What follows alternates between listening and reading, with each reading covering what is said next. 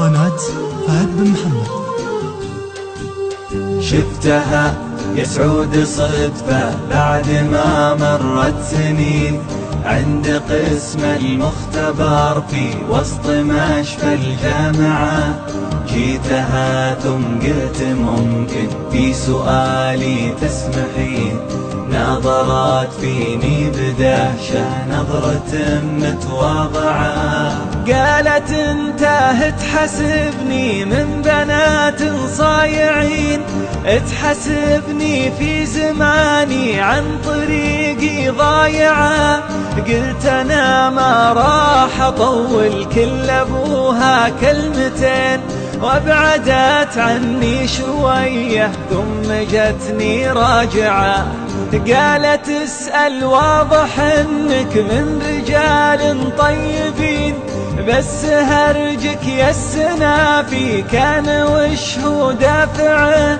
قلت انا حبيت وحدة يوم كنا صغيرين، ومن 8 سنين راحت للمواصل قطعة. عقبها ما ذقت نوم يهتنيها النايمين، ساهر في طول ليلي لين شمسي طالعة.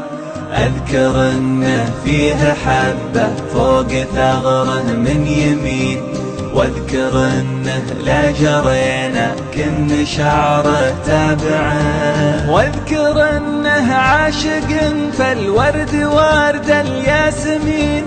صار قلبي بالورود اللي عشقها زارعه، طابع اسمه بقلبي فيه سين وفيه عين، فيه ألف وفيه دال وسط قلبي طابعه.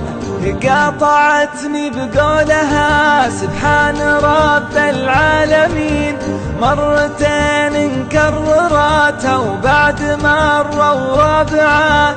قلت وش فيك وش بلاك يا بنية ترجفين، ليش عينك يا بنية من كلامي دمعة. قالت الموقف وقلبي والمحبة والحنين، كيف أشوفك بعد ما أنا كنت عنك قانعة.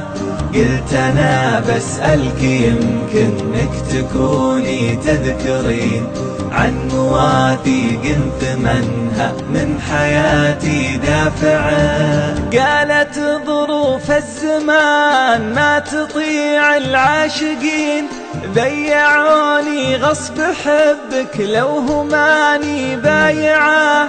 أنا في دنياي حالي كنها حال السجين، حتى لو فكوا سراحه فيه شيء مانعه. زوجوني غصب واحد وحرموني حاجتين، السعادة في زماني والحياة الرائعة.